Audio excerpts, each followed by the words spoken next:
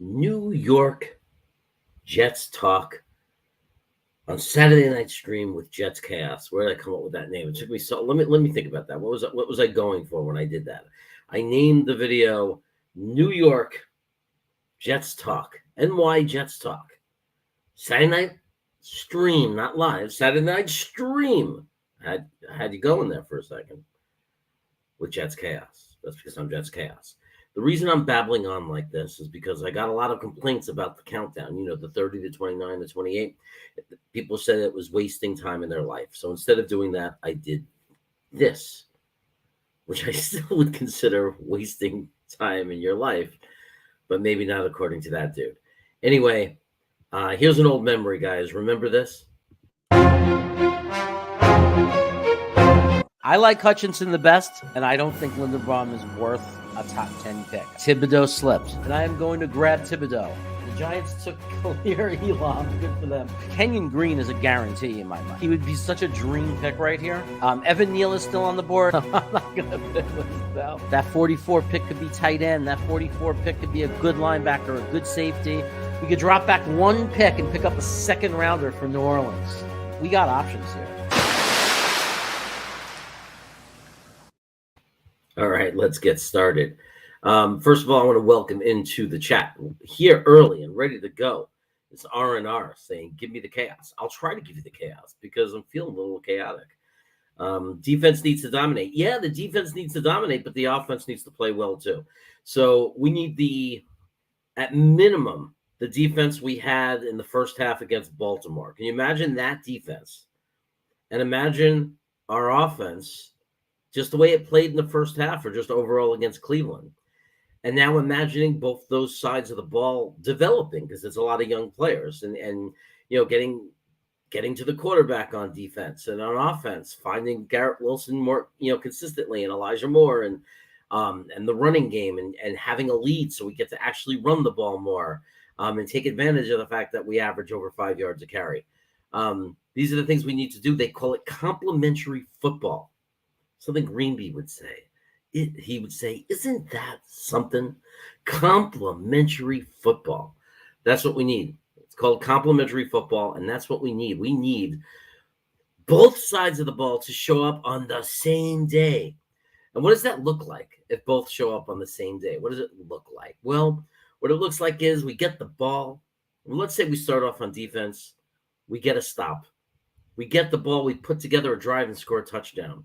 Then we come out the second time, just like we did against Baltimore, and get another stop. And then the offense comes down and scores a field goal. And suddenly we're up 10-0. Maybe they get a field goal on the next drive. We respond with a touchdown. Suddenly we're in the middle of the second quarter, winning 17-3. This is the kind of thing that's possible for us if we're getting a complementary football game, if we're getting the best of our defense and the best of our offense. And that's what champions are. That's what great football teams do. It's consistency. It's week after week. It's week after week. And that's what we need to have happen. And then we'll be where we need to be as a football team. The potential's there. The talent's there. We just need to see it on the field, and it needs to show up on the same night. And of course, special teams, who did great last week, that type of special teams will get us far as well. Bismo Charismo in Australia. What is going on, my friend? I know you love these Saturday weekend shows at hours that are reasonable for you. It's good to see you. Rob D is here. What's up, Rob D? We have Braden. So we have Bismo Charismo and Braden at the same time. I always thought, Devin Lloyd, Mike, I always thought that they were the same person just messing with us. And like confusing us, just to confuse me, just to get me confused between Australia and New Zealand. But how cool is that? I'm live right now in California, New York. I'm sure I got some people on the East Coast listening. I don't know where everybody's from. I think I got somebody from Utah in here. He knows who he is. And we got people from New Zealand and Australia. It's absolutely wild. We got people in Kansas City. Clutch is here. But what's up, Dark Soldier? Crew, that's right. Now the show can officially start. Clutch in Kansas City. We got Stephen Engel, the grumpy mailman in New Jersey. Can't believe I get away with calling him that. We got Salty Nalty in Florida. We got people all over the country and all over the world watching live right now, coming together to talk about one topic. And we know what that topic is. That topic is the New York Jets, because that's what links us together. We're Jets fam. And look where we're all coming from. We got another New Jersey boy, Mark Reese. He's a teacher. He's doing God's work. We got Jets gang in the house joining in, coming in. Jets. That's right. We got Buffalo Jet fan is here. The Buffalo Jet fan. Hey, we needed someone for Europe. He heard me talking about New Zealand. He heard me talking about Australia. My lad, Captain K Techno, is here. What's going on, my friends? Mr. Magix, you also are from Florida. Good to know. Good to know. Major League 2. We won a game yesterday.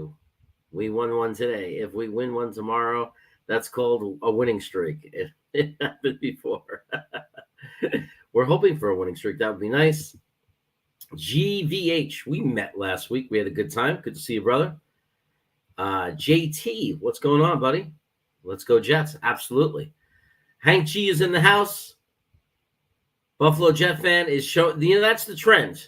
Everybody picking the Jets is somewhere around 24-30 and have the Bengals between 17 and 25 or something like that in points. And then the Bengal fans have the Bengals scoring about the high 20s and the Jets scoring the low 20s. So I think all fans are agreeing it should be a close game. Hank G in the house. We got Paul Williams in Central Pennsylvania. What's going on, brother? When I hear Central Pennsylvania, I think there's a chance. I don't know. You might be a little far out from it, but there's a chance you might be getting some good cheesesteaks, or you're too far out of Philly for that to be happening. Well, actually, if you're in Central Jersey, you're going to Wawa. So worst case scenario, you get Wawa sandwiches. And to a guy living in Sacramento, those sound really good to me right now. Michael Lando, my good friend and member of the channel. He's a snacker. What's going on, friend? Good to see you here. Hope you're having a good weekend so far. I think I called out most people. Let's see. Yeah, we're good. We're ready to talk. Everybody's saying hello. What are your questions? We already got a prediction from Buffalo. And he's kind of like in the same area as me. I think we need to bring our best team and bring the Jets need to bring their best selves to make that happen. I don't want to underestimate the Bengals. I know they got off to a tough start, but this is a team with maybe the best skilled position players in the NFL, arguably. I don't think I absolutely wouldn't fault a Bengal fan or any fan who felt that way. They are really strong. They got a strong running back and Mixon. They got great wide receivers. I mean, this is a scary team. They also happen to have a hell of a quarterback. They might not have gotten off to a good start, but we don't know. We have to be anticipating that we're going to get the Cincinnati Bengals that were in the Super Bowl last year. That's what we have to prepare for, right? So we can't sit there and we're going to be in trouble if our players or coaches or anybody was thinking that it's going to be this 0-2 team coming in that's struggling. We have to prepare as if this is going to be an elite Super Bowl team. And we're going to have to bring our best version of ourselves to win this game. And that's what I'm talking about when I talk about complementary football.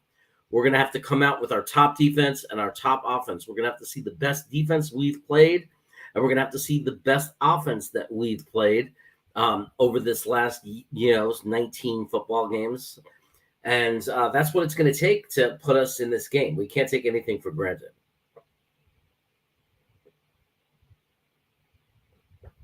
This is me drinking red Gatorade. When my wife tunes in, she's not going to be happy because I'm supposed to leave the red ones for her. She's like that kid. If it's jelly beans, she likes the red ones. If it's Gatorade, she likes the red ones. If it's like any flavor, like Starburst, she likes the red ones. I mean, and I get stuck with the yellow, and the worst is the orange. Ugh, the orange. What's the point? Why don't they just make it a prescription drug and call it vitamin C stuff? Ugh. Anyway, that is everything gets a reaction from you guys. What's up, Guy Fisher? How's it going? So how many people have seen the New York situation reports, Gunny, his live security footage from his house when the Jets won the game? It's absolutely hysterical. I want to see more. I want to see the footage from when they were like getting the onside kick and all that other good stuff. But anyway, look for it on Instagram, his channel, and everything when you get a chance. It's hysterical. I think he scared the hell out of his daughter. I felt bad because he came running out screaming. If any of you watch Richie's reaction from New York Jets media, it was amazing. And then there's me and Green Bean's reaction, which was pretty cool to watch. It was pretty cool to watch because I didn't even know. I never would have guessed it looked like that until I actually watched the playback. And when Green Bean put that together, it was absolutely hysterical. It was a great win last week. And I think that all of you were doing it. We were all the same because so far every reaction I've seen was one of like lunatics, right? We were going crazy. Richie was going crazy. Green Bean was going crazy. I was going crazy. Gunny was going crazy. And I think what that shows is how hungry we are as a fan base to have a competitive winning team. You know, like just to get a win in September, just to not start the season. Like, I think that's what it was. A lot of that was about. It was obviously the nature of the game was beautiful. There it is, guys. You can see it there. Come right back if you go now, or just cut and paste that baby. Obviously the nature of the game is going to generate excitement, the way we came back and the way we won it. But I think it represents a lot of frustration too. I mean, especially if you watch me and Green Bean, because we're feeling such a high level of frustration. Like, and near the end of that game, when Buffalo was just walking down the field on us, the screen pass, the quarterback constantly getting away and turning what should be negative plays into positive plays. And then not being able to get off of the field on third down. And it was the same thing. And it's just so much frustration because here we are, we were looking at 0-2. We were looking at another season where we kind of know it's over before it's over, because it's like suicide watch for an NFL football fan as far as the season, not real life, but suicide watch as far as the season. Like, the season is in jeopardy. We're about to just become another one of those seasons where we'll be lucky to win 4 or 5 games. And that's what we could have fell into that trap. So all of that frustration and all that worry and all that concern, just for one day before we had to start thinking about the fact that, they could have fell on the ball and won that game and we all would have been feeling miserable. Pushing all that aside, for one moment, we got to just sit and enjoy the fact that the September losing streak was over, that we were 1-1 with the hope and the possibility of going 2-1 next week. So, and I don't know, because I think even when the season we won that game against Detroit, we probably lost the next 2 games. So when's the last time we were 2-1? What, 2015? Maybe even? I don't even know. I don't have Adam here to look it up for me. But the point is, it's been a really long time. And 1-2 is not jump off a bridge, right? Because then, the Steelers lost to Cleveland. We beat Cleveland. The Steelers are going to be, we're at home. I mean, we're in Pittsburgh, so that's going to make it harder. But it's there's a possibility that we're going to beat the Steelers. There's a possibility that we're going to beat the Bengals. So it's a very strong possibility that we can come out of this 2-2, right? If we beat the Bengals and go 2-1, dare to dream, as great as that'll feel, then the worst case is we're 2-2 after the first 4 games. But then there's this amazing feeling if we're 2-1, we could definitely beat Pittsburgh. They're struggling at quarterback. I can't even begin to express what it would mean to go 3-1. And suddenly we need to have that kind of record because Miami is a lot tougher than we thought. And I think that it's time we'll find out this week for sure. But I'm telling you, Miami is tougher than we thought. We wanted to believe that Tua is not the guy. Maybe he's not the greatest quarterback in the world, but his coach sure as hell knows how to use him, and he sure as hell knows how to perform for this coach and do what he's being asked. So it's time to stop saying how bad Tua is and how we're going to beat Miami and understand that it's going to be a war and it's going to be hard just to split with Miami, and we better come in ready to go. I think we have a better chance of sweeping. If we're going to sweep any team in our division, I think strongly it's the best hope for that is New England. But we can get swept by Miami if we're not careful. We're going to have to come out and play. So, don't get it mixed up in your head and think that's going to be easy. But hey, the point is, if we can squeeze this game, if we could take advantage, if we could leverage this struggle that Cincinnati's having on their offensive line, get some pressure on the quarterback, and then at the same time defensively take advantage of their battered offensive line, win in the trenches. We got the skilled players too, where if we win in the trenches, we could be there. So let's just hope for it. Thank you for the super chat, Bismo Charismo. Thanks for all the content, mate. Mate, I love that. Keep the good times rolling along. Thank you, brother. I appreciate that. Man, I wish there was a way to separately keep all my Australian super chat money. Like, so one day when me and my wife go to Australia, we get to just take that money directly and go right to one of those bakeries and get some meat pies. So I could say Bismo Charismo got me meat pies. But I appreciate the super chat, man. I will keep the content coming. That's what I do. That's my mission. It's my getaway. I'm an assistant principal. That's how I survive. That's how I pay the bills. This is how I express my passion. This is my passion. So yeah, we'll keep doing it. The Jets are my passion. Doing this content is a passion. So I appreciate the super chats, guys. Very nice of you. Gary Fuller, Jeff Ulbrich has to work with defense more. We cannot continue to just bull rush. We need to get more inventive with our defense. I agree 100%. I agree 100%. I understand the belief of, you get there with 4 and the advantage that gives us to be great, right? If you can get to the quarterback in 4, I know it's solid saying. There's no argument. You get there on 4 and you have 7 people back.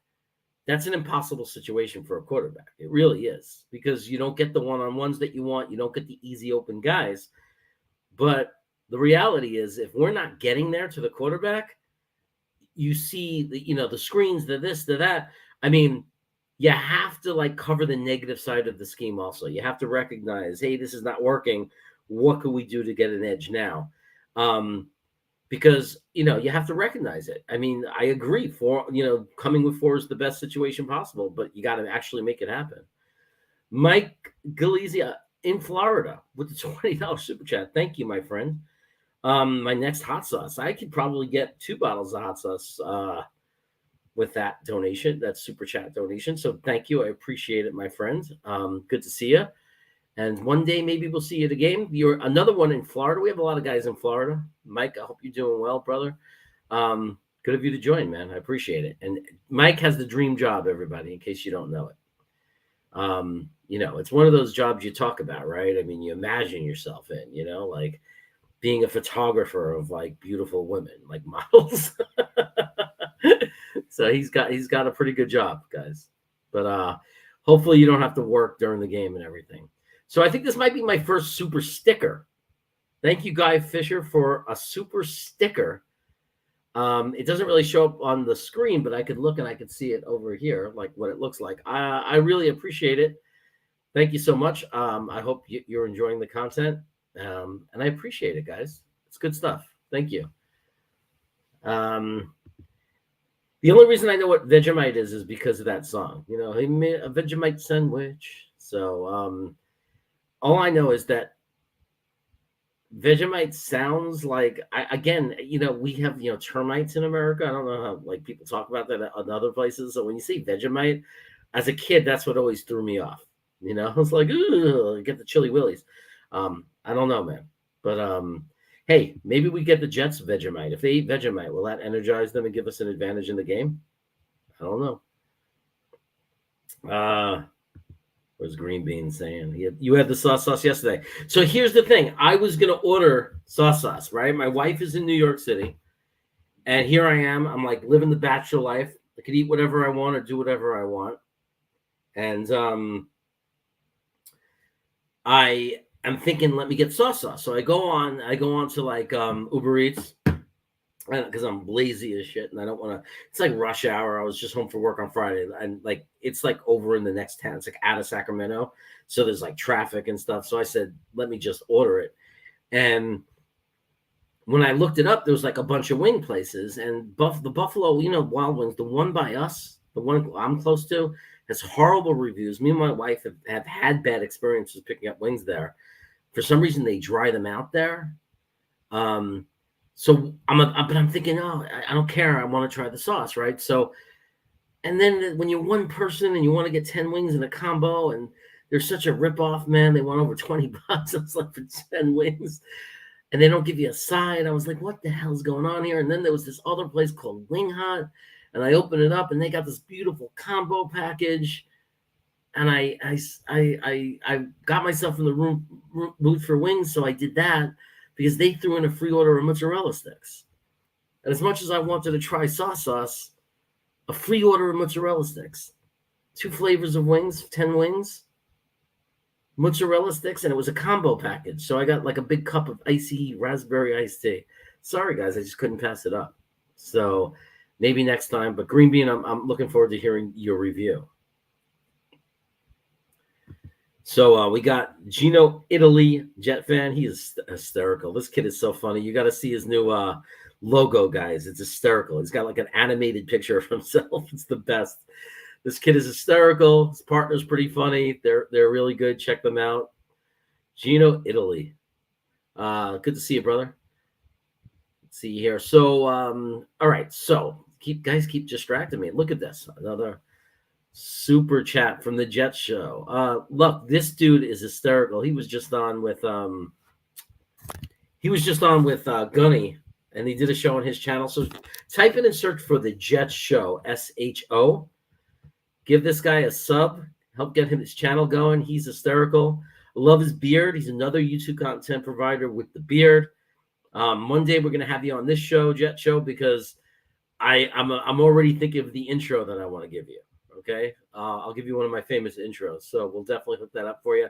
Thanks for the super chat, brother, and let's get you up there, man. Let's get you some subs. Let's get you in the mix. Get you on some of our shows. You're good. Great stuff before. I enjoyed it. It's fun to watch. You're very chill, which is very, very cool. So again, nobody's asking. At some point, we got to talk about the Jets. Forget mozzarella sticks, fresh mozzarella, tomato, and roasted red peppers, and balsamic is the king. Hey, I love that stuff, man. We usually make that stuff fresh, though. I don't order that. Like, I'm in California. I go to the farmer's market, get incredible tomatoes. I got, obviously everybody has, really crazy places where they could buy really good fresh mutts. And me and my wife actually go to the different vinegar places in Old Sac in Sacramento. They have like a shop. So we have lots of different vinegars and things. So I'm into all that. We do all that. But, I'm living bachelor life. I'm not making fresh mozzarella or tomato. I'm eating cheesesteaks. I'm eating fast food. My wife's not here. Give me a break. What do you think I'm going to eat? She's in New York City right now on a trip eating, the best food in the world. I'm not going to sit there and start cutting up fresh things. Like I'm ordering the junk. You know what I mean? Because deep down in my heart, that's what I'm always going to love. Like as much as I want to, there's no sophistication with me. At the end of the day, it always comes back down to the junk. But, I'm all the way down. Cool. Yeah, we'll work it out, buddy. I got to find you. I'll see if I can find you on Twitter. Or if you find me on Twitter and at Jeremy Cravat 2, Jets Chaos, and DM me and we'll work that out. My game... Oh, what is this? My game meal is going to be penne alla vodka for tomorrow. I like it. Look at John Nolte still living that New York life, eating that penne and vodka. I was around. I remember when that came out and got popular. It didn't exist when I was really young. I mean, we had Ziti Sicilian, a lot of Italian places where they would do like a cream and red sauce with it was like baked ziti, but it would have like eggplant and prosciutto or pancetta in it. It was a wonderful dish, and then all of a sudden, we started getting into the like the vodka part, and and then you see vodka pizzas. Now I am a purist when it comes to pizza, New York pizza. So I don't know about like a vodka sauce pizza, but it feels like people on the East Coast, like at home, are okay with it because I hear a lot of people talking about it. Like, I'm ordering a vodka pie. It's wonderful. It's the best. So I'm thinking to get off my high horse and think that next time I'm in the New York area, Like, I'm gonna give this vodka sauce pizza a chance. Although if it's a lot of heavy cream, I don't know. Guys, you'll see when you get older. It's it's dangerous stuff if too much cream. Not a good thing. Prosciutto, yes, peas. That's right, the peas. Can't forget that. Anthony G, thanks for the super chat yesterday. Those of you who don't know, the show I did yesterday was for Stadium Rant. That's why we weren't really interacting with the chat much, because it was for a podcast. So we were trying to put messages in the chat to let you know that. That's why I wasn't being very interactive. Nick was helping me out. I need to do one of those every week. But I think it ended up being a good show. Check it out if you haven't seen it yet. It's just the Cincinnati Jets preview. So there was some good stuff there, some good thoughts put together.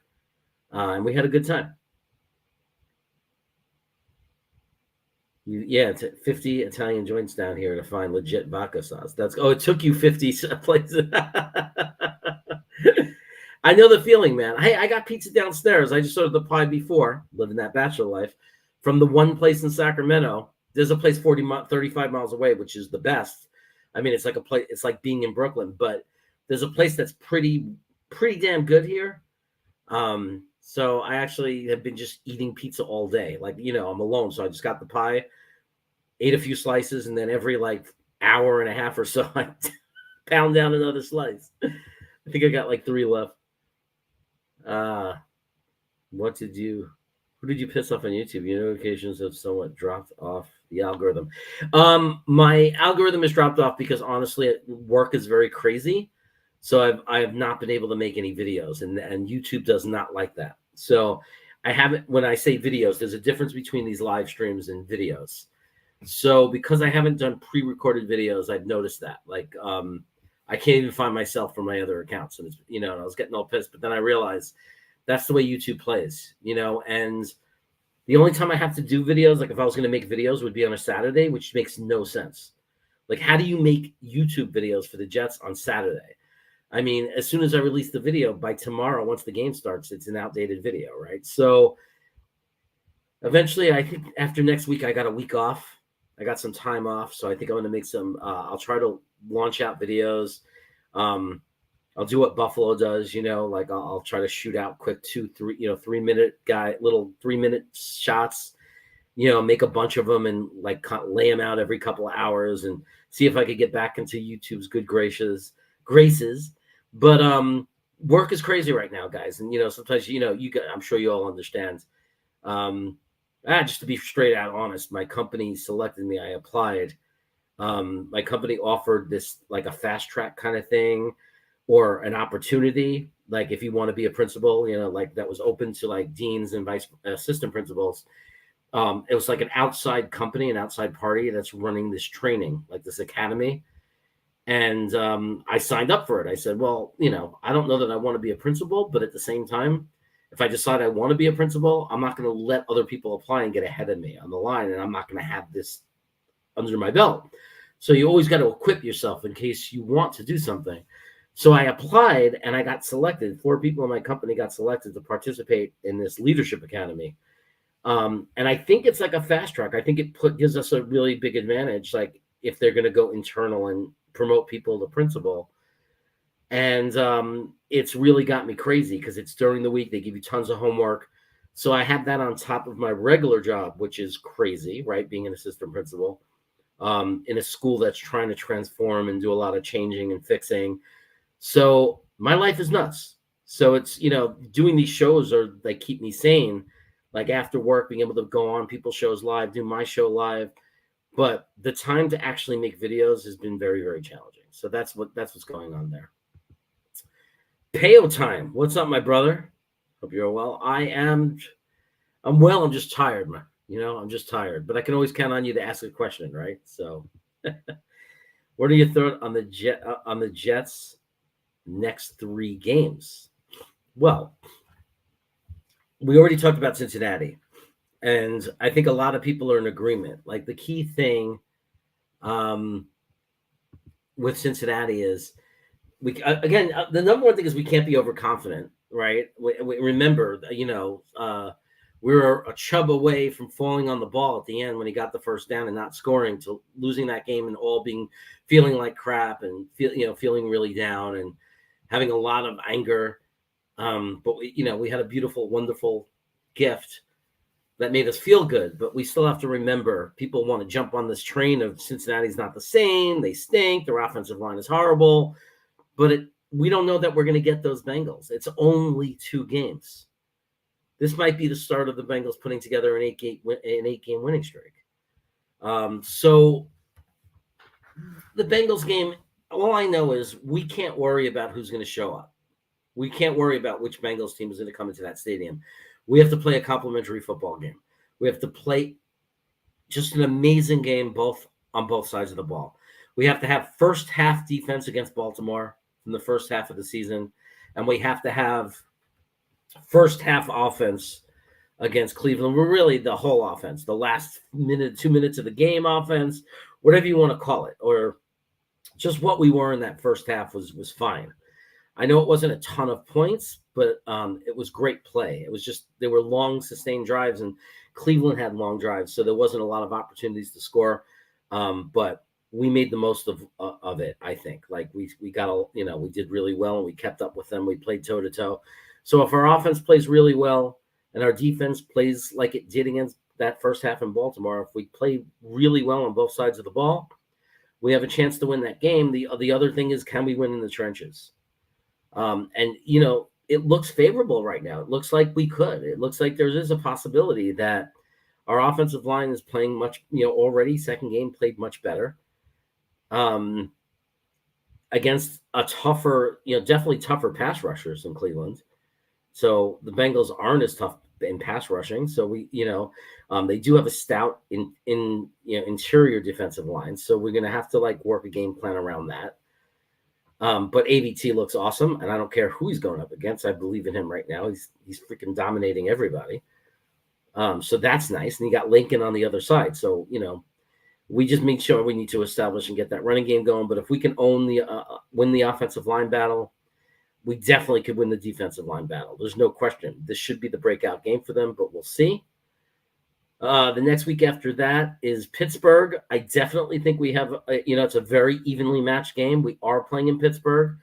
So it's not easy. It's also, we don't know about Zach. He's a big question mark. Like if he comes in and plays, what Zach Wilson are we getting? Are we getting an improved Zach Wilson? Are we getting the end of the year last year Zach Wilson? Or are we going to get a Zach Wilson that's rusty and looks like the Zach Wilson from the first 6 games of last year? So there's a lot of question marks. But again, obviously the Pittsburgh game will be mostly about Zach. Obviously the defense and the offense overall, the line and the trenches on both sides, and they have to start stacking games. If we want to be a real team that has a chance to win games like this consistently, they have to stack games. They have to be for real and come out and really play each week with consistency. But I think both of these games, the first 2, are very, very realistic. It's not ridiculous to expect wins in each of them individually. If you chunk them and say we're going to win both, that's a bigger statement. That's not as likely, because I think they're going to be so competitive and kind of like a flip a coin thing. Even if we were to win both games, it would be by the seat of our pants. So you got to take it one week at a time. And then the Miami game, I think, is going to be a lot tougher than we initially anticipated. So I'd really like to win a minimum of one of these games and be 2-2 going into Miami. So we're not losing sight of the season. If we lose to Miami and we're 2-3, the season's not over, especially with the back half of our schedule. But it would be really nice to be 3-1 going into Miami, or 2-2 and beat Miami. It's just that they're going to be a lot tougher than people think. But we're going to find out a little bit more about the Miami Dolphins when they play Buffalo. So at least we get a preview of seeing Buffalo is going to be a good indicator, a tester, a test strip, how good is any team. So we'll see how they play Buffalo. If they get walked on, then it makes me think, okay, Miami's just another team. They're good and they're dangerous and they have good players, but if they get walked on, they're another team that we have a chance to go in and compete with and beat. So going 2-1 would be amazing. So in those 3 games. Steve Engel's being completely positive for a grumpy guy, but it's Saturday, so he's probably feeling good about himself. Let's see. Adrian, I got the Jets winning 24-20. Good for you, man. We're all in the same place. Gotta go to Green Bean YouTube school. Who, me? What are you talking about? For what? What is that in reference to? Green Bean for the TikToks. I did go to Green YouTube school in a sense, by the way. You guys have no idea. So totally get the being crazy. It's tough to keep up with YouTube and a full-time job, friends and family. Yeah, man, it's really hard. When I started work, it was a little easier because of the pandemic, because I was at home already. I didn't have to go back and forth. And, you get into your routines and you have the time every night. There wasn't like this extra excess of work. So it's just different.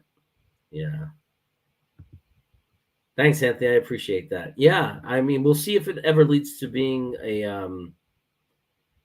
a principal, but it would be cool, man. Like, I actually thought about what it would be like to come on to a show like this, like to come on and do a show one day and to like say, hey, I got an announcement, so-and-so school is going to be my school. I'm going to be the principal, like a name what school I'm going to. You guys are busy in those California schools getting the kids gender confused. so bad. John Nolte, man. Yeah.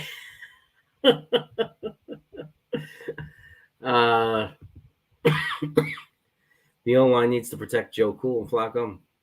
The old man will carve them up. Yeah, look, Joe Flacco, if he has time, will eat you alive. There's no question about it. He's a veteran quarterback. And a veteran quarterback like that, with weapons, with guys like Elijah Moore, Garrett Wilson, Berrios, Davis, the running backs, the tight ends. I mean, with Zach, there's still a question, right? Even if you give him time, he could still make a dumb move or decision. He's too pumped up because he's young and he's learning. The one thing about Joe is if you give Joe time, we're good. Because this is a seasoned guy who knows how to play the position. But I can't wait till we get Zach back, though, guys. I just want to know, is he the guy or isn't he the guy? So I think it's really important that we get Zach back and get him out there. Hopefully Zach Wilson is not Sam Darnold, Mr. Throwing into triple coverage. Yeah, I don't think so. Because the one thing about Sam Darnold, even from college, is there's a lot of evidence, there's a lot of tape that, not that he's not coachable because he has a bad attitude, but like there were certain things there was the same critique and the same thing they were trying to fix. And he was never able to fix it, whether it was college, whether it was the NFL. And Zach fixed things right away, right? We had a different Zach Wilson the second half of the season last year than we did the first half. I think the Zach Wilson struggles were completely based around a complex offense and no offensive line for most of last year, especially in the beginning. I'm not making excuses. I'm just talking the truth. You were asking him to step in as a rookie and have very below average pass protection, right? And succeed in a very complicated offense that they threw the whole book in him. They didn't water it down and then milk his way. They took a different strategy, complete immersification. So if he didn't improve, I'd be a lot more worried. But he did improve. He did get better. He started to learn the playbook.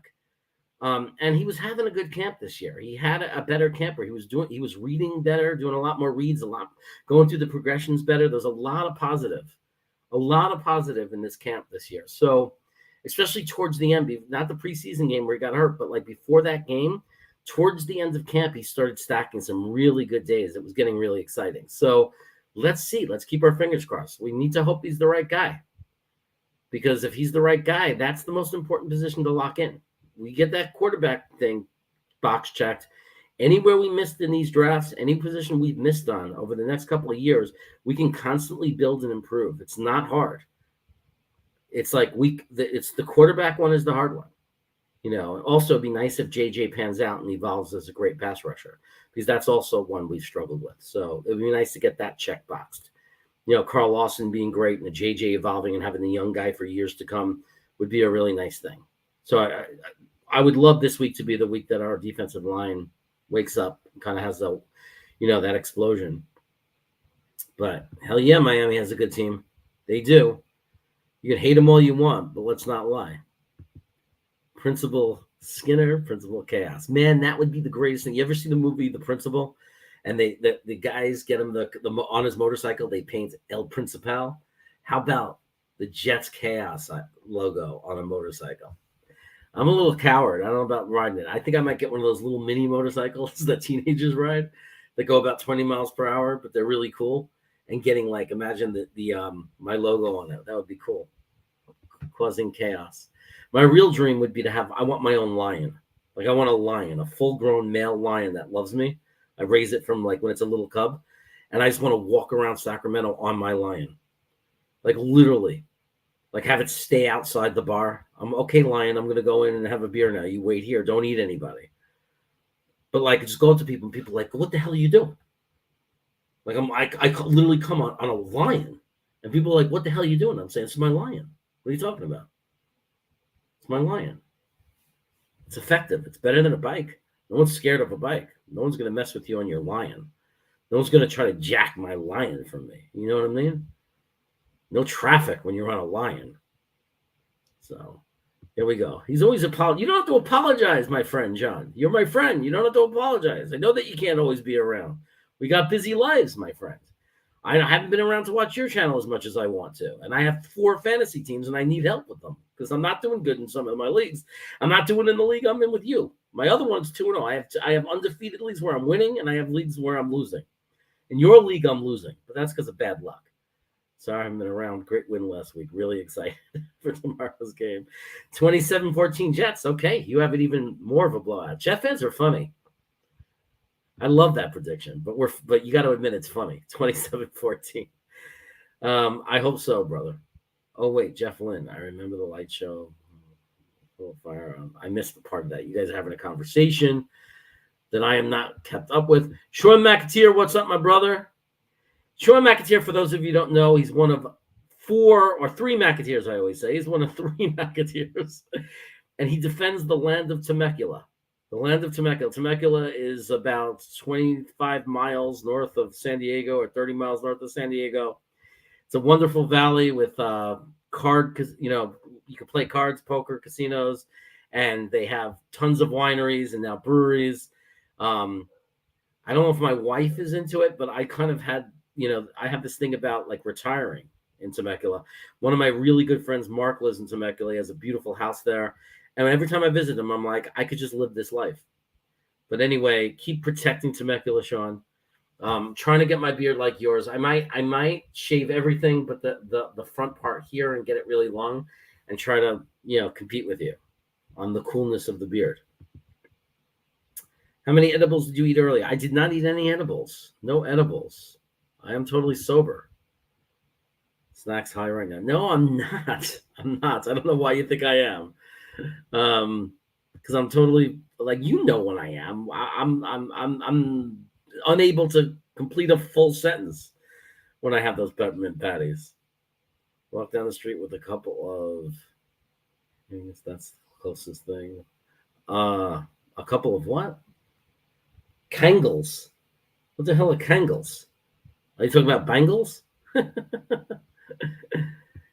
Yeah, you love it. You love being called a McAteer, right?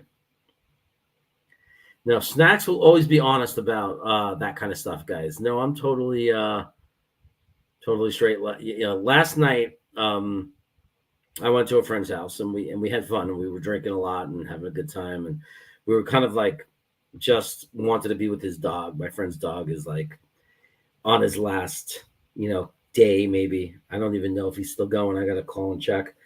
But I brought my dog over there to say goodbye to his best friend dog. Like they've been friends for a long time. And Kangles, they're large dogs. Anyway, it was sad when I took my dog home last night. He didn't want to leave, and I got the sense that he knew what was happening to my friend's dog. But man, the saddest thing. This is just what happens to dogs, man. They get old and we lose them. So, and it makes me sad because I'm looking at them losing their dog, and I'm looking at my dog. He's 12 and a half years old. And I'm just like, shoot, time is just always ticking. But they look. Do we think that, or really believe that the problem is the quarterback when we talk about the Bengals? Is it really Burrow? Is it or do we think it's their offensive line? Because if their offensive line blocks for him and then he's amazing and he's unstoppable, it just goes to show you that argument, that important argument of how important the offensive line really is, even for a quarterback. If you don't have that time, I mean, it's just like I was telling people that for Zach, and then you see it with Joe, the difference between the two football games. The quarterback's play is so determined. It's so it's so much like it's the offensive line. It just is. And that's why we can never put too much resources into it. What my brother's doing, he's sending me videos while I'm on live. So, is he expecting me to watch it? Am I supposed to hold up my phone and play it for all of you? So, same thing with my wife. She's texting me like crazy. Oh, she's going to get our food. Pasta alla nana and a side salad. Okay.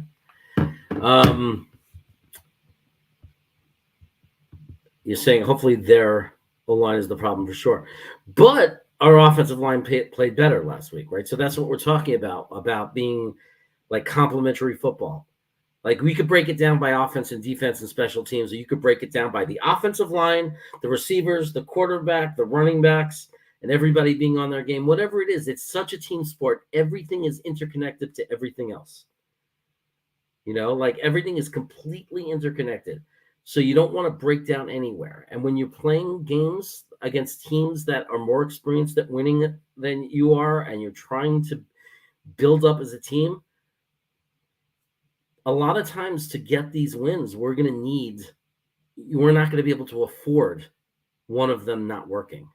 Like we need every component of our game to work. We need the offensive line to work. We need the running backs to not fumble and make good decisions. We need the wide receivers to not slip and make mistakes or drop passes. We need Joe Flacco to be on his best game. When Zach comes back on his best game, we need our defensive line and linebackers to react to the screen pass and be able to stop that too. We need our secondary to hold up. We need better play from our safeties against the pass. I think Whitehead is lighting people up against the run, but in the box, but pass defense for the safeties is an issue. But if we can get all of that ironed out and get that consistency where they show up every week and play well every week, then we're going to compete every week and we're going to have a chance to win every week. We got a lot of good players. It's not about that we don't have star power. It's a little bit about the fact that we're young, because veteran players are consistent week to week, usually, whereas young players are hot and cold. So we need our guys to grow up fast, and we need them to be consistent. I'm really excited about AVT, by the way, guys. I think he's already, in 1 year, he's now a veteran of the game. I think we're just going to see him dominate all year and for years to come. It's going to be beautiful. NFL really is a game of a half second. Yeah, O-line holds the block for what are you saying? For 5.5 faster. Oh, 5.5 more ball. Get the ball out 0.5 faster. Defense gets to the quarterback 0.5 fast. Yeah, this is all true. I mean, look at the timing of Sauce Gardner, right? I mean, just like literally like a split, like a tenth or 2/10 of a second to knock that ball away. I mean, like the quickness of the hands. I mean, it's a game of like just literally under a second sometimes. And as Al Pacino would say, it's a game of inches. And you fight for every inch, and every inch becomes feet, and you fight, and you fight, and you fight for that inch. We fight for the inch so we can win the game. That's my Al Pacino. But it's true. The game is inches. You can't go down easy. You have to fight for every inch, because how many times does it come down to them bringing those sticks out and having to measure where the football is? Comes down to it all the time. And I don't know if he's going to be all pro. You know why? Because he could be the best guard in the NFL and not be all pro, because we are the Jets. And there is a conspiracy in this league against our team. And, like Jarrell Revis, there are people who can break it. There are certain stats you can have, like wide receiver, running back, where they can't help, they can't hide you. But offensive line, you need the cooperation from the selection, whoever's voting or selecting. I don't know, but like I'm never surprised. Like I wonder if AVT is going to get a fair shake. But right now, he's one of the top guards in the league. There's no question about it. So, move over, Coach Middleton. I would love it if that was like one of the dream things, right? So you say all the dream things you'd love to do as a Jet fan, like dream opportunities. One of mine would definitely be, can you imagine? Hey, you get to go into the locker room and address the team to pump them up. Do whatever you want to do. Can you imagine what I would do? I'd be screaming my head off. I'd be like, you just hit them. When they scream the ball, stop. Don't rush the quarterback. Turn around and get him. Like let's just be screaming. When you're running to the guy with the ball, tackle him. Hit him and tackle him. Don't let him get away. I'd just be screaming stuff like that. I'd be going crazy. It'd be so different than if it was Frankie. Like imagine Frankie gets his 5 minutes with the team and I get my 5 minutes. Can you imagine how different those 5 minutes would look? Like Frankie would be sitting there with like some book trying to share his spreadsheet with them. Like, play the 4-3. Play the 4-3. Slide over, though. Like start pressing more. Why are you using 2-1 personnel? And when you do it, you have to do it this. Like, I could totally see him screaming at them like that. And then I would just be making no sense. You just get your hands up and push. And get in their way and don't let the guy run by you.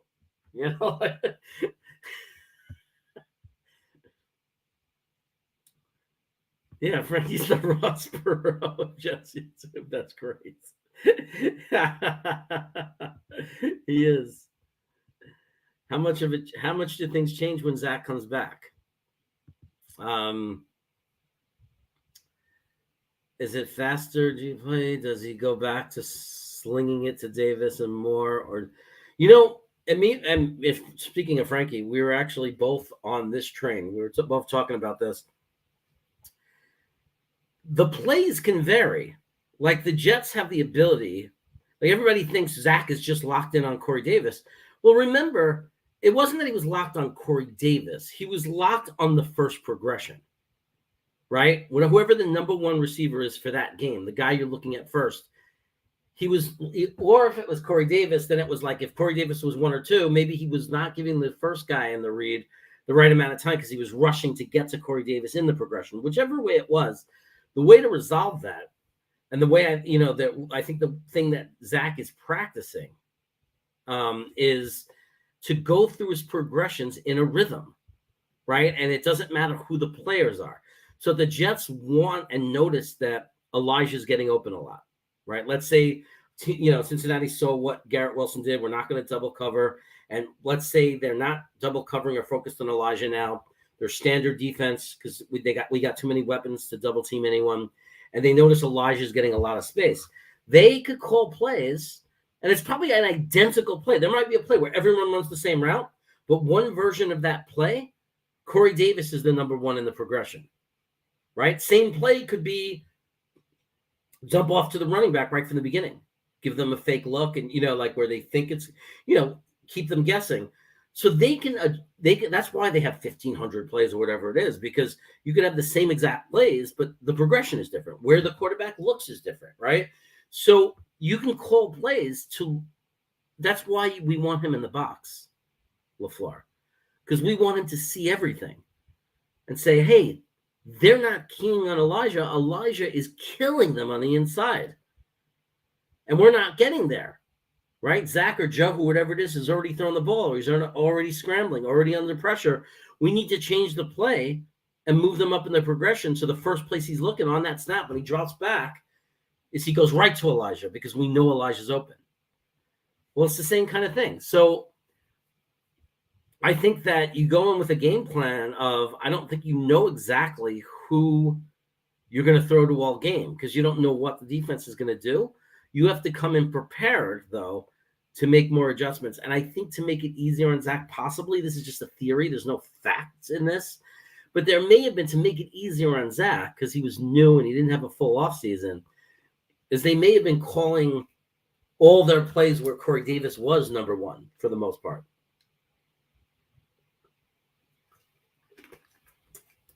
I think you could be pretty sure that those days are over. I think Zach, that part of his growth, they've even said it, is he's going through his progressions a lot better. You see his head, going in different directions in camp. He's, the idea is that it's going to be really up to LaFleur where he's looking. He's going to snap that ball. He has his play. He knows he's looking at a certain receiver first. He knows what he's looking for. If the defense is playing it a certain way, where is the defender in relation to his receiver? What is his receiver going to do? Because his receiver is going to make a decision on what to do based on where that defender is. If that defender is playing back on him, he's going to cut, let's say. If that defender is pressing in on him, he's going to go around him and push deep. So if Zach decides, he looks up, he sees where the defender is, he might say that guy is 3 yards off of him. He's about to cut to the left and come in a little bit, and there's no safety coming from the right. Before he makes that cut, I'm going to start throwing that ball because I see it's going to happen, and I'm trusting that that's what the receiver is seeing. The receiver knows that that's the play. So when the receiver breaks and makes that turn, the ball's already in the air coming. So the defenders never have a chance to adjust, right? Because if he breaks first and then Zach throws it, that's when you get a safety coming in to make a play. It's all about timing, and it's all about reading the defense in sync. That's what, sometimes a quarterback throws in a deception that looks so bad, and you really don't know. Sometimes it's completely the receiver's fault. They did the wrong thing. They weren't supposed to go deep. The guy was playing back. The play clearly says if a guy is, a certain amount of yardage ahead of you playing deep on you, you're supposed to cut. The quarterback did the right thing. He's going to be wide open if he cuts. So the quarterback starts throwing the ball. The receiver never cuts.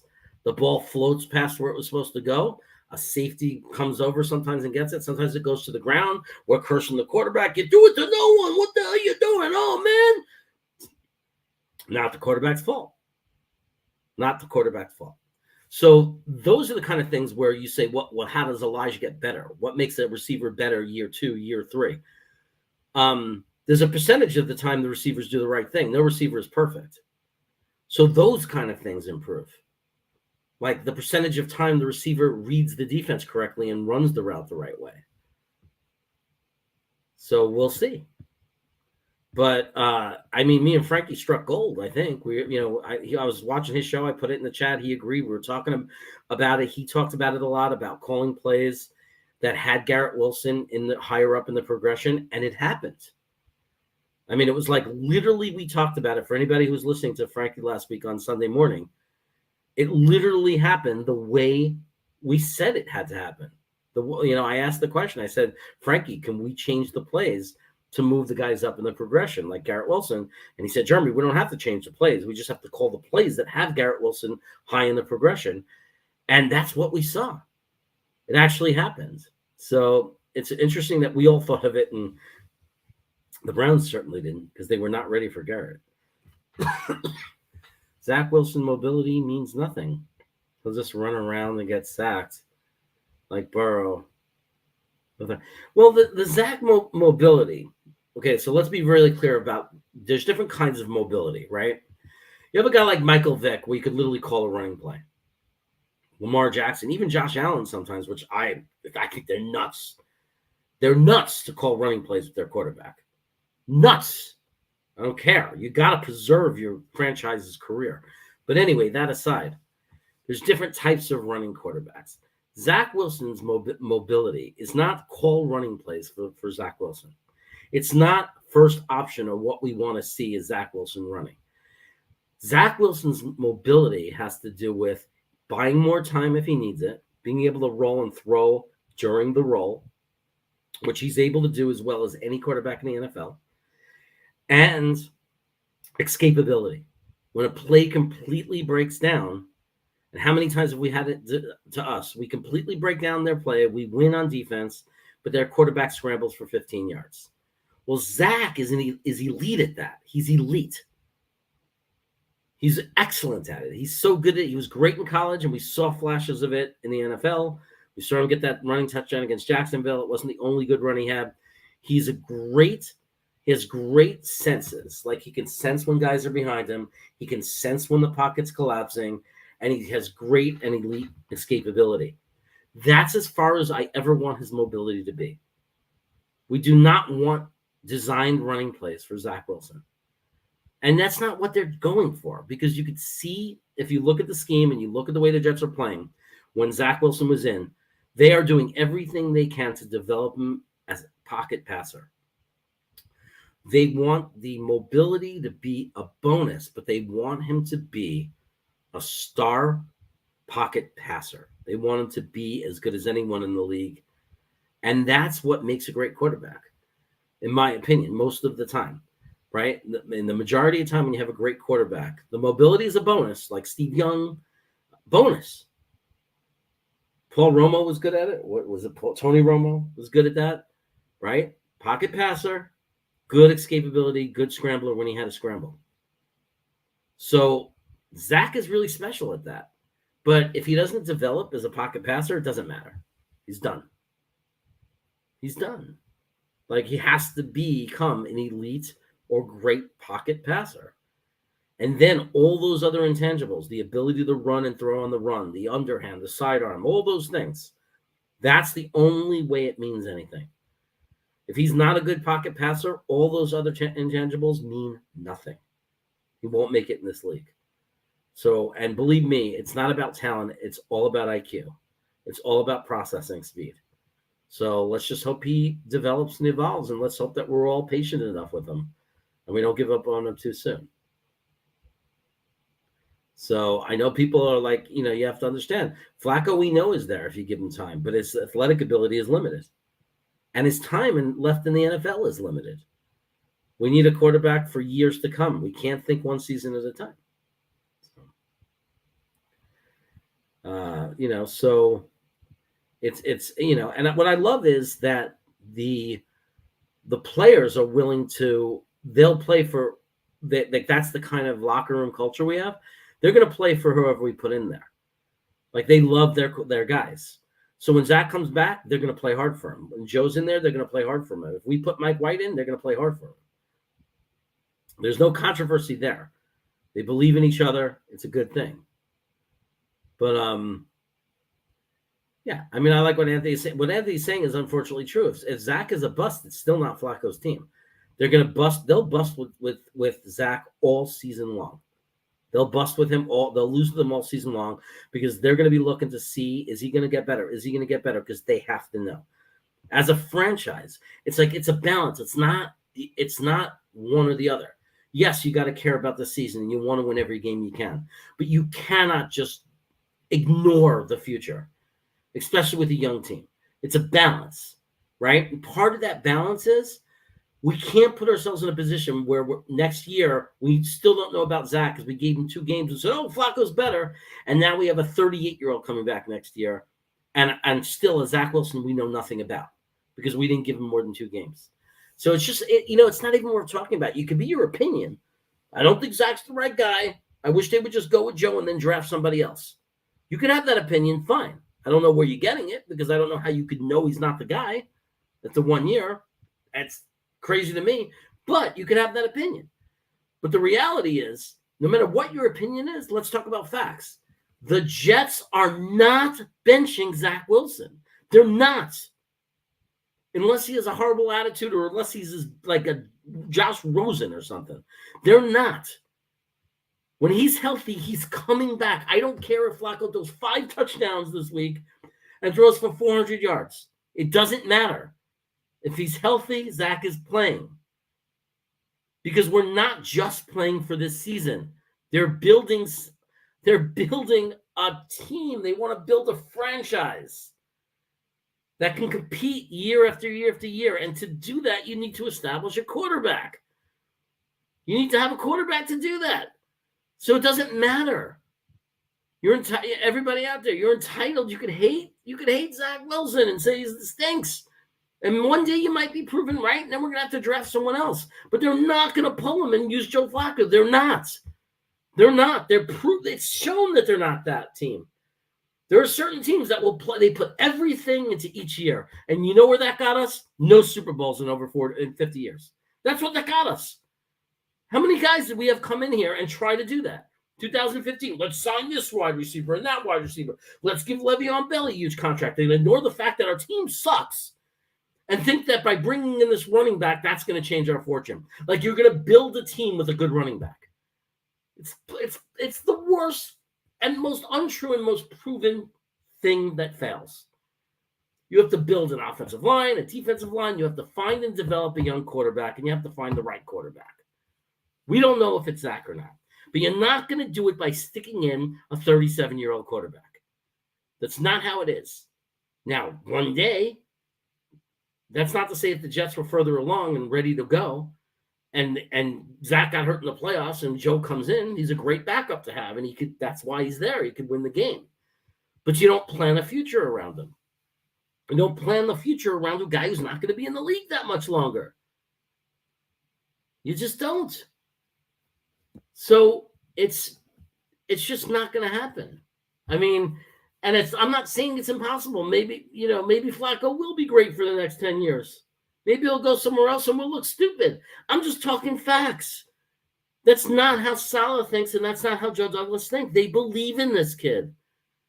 They think they have the kid. They think they have the guy. It just is. It doesn't matter what you think or believe. It's just what's fact, what's reality. The reality is, and you can hate it if you want. You can hate this reality. The reality is that Zach Wilson is our quarterback. And he's either going to fail, and that's going to set back our organization and be a real problem for us, or Zach Wilson's going to succeed, and we are going to be very good in the very near future. Those are the two things. It just is what it is. So we can believe whatever we want to believe. We can believe that we should move on. We should believe that he's another Sam Darnold. We can believe that he's not the guy. It's fine. But it doesn't matter what I say and what you say, Charles. You know I'm talking to you, Charles, right? It doesn't matter. I agree with you. Joe Flacco can play, but it doesn't matter because we don't make the decisions. We don't decide that. We're not the coaching staff. We're not the general manager. We're not the ones that decide it. So we may as well get used to the idea. Now, look, even though you don't believe in Zach Wilson and you don't like him, you don't think he's going to be good. Now, I know if you're a Jets fan, when he jogs onto that field, you're rooting for him because you want to win, right? You want to be wrong, right? If he comes out and he's amazing and he throws for 350 yards, 3 or 4 touchdowns with a 70 completion percentage, if he did that against Pittsburgh, you're cheering, right? You're never more happy to be wrong, right? That's my key, because don't bring me to a place where then you're going to be mad. Oh, we just got lucky. Get him out of there. Like, we want to be wrong. I want to be wrong about Ty Johnson. I hate Ty Johnson. I think he's a hot and cold player. And when he's cold, he's going to lose games for us. I don't know why he's there. I think Bam Knight should be in. I think Coleman is better. I think they made a horrible decision having Ty Johnson. But guess what? When Ty Johnson is in that game, I am rooting like hell for him. Right? So all we can do is root for Zach and hope, and you got to hope that you're wrong. Look, I never believed in Sam Darnold. I never did. Maybe after that first Detroit game, but after that, never again. I didn't. But I rooted for him like crazy. I said, please prove me wrong. Please. Same thing with Sanchez during year 3 when I realized he's not the guy. I said, please prove me wrong. Make me look stupid for going on Facebook and saying he's not the guy. So hopefully you're at least doing that. Because it would be really great for us as a team if Zach Wilson proved you wrong. And I hope that you want to be wrong.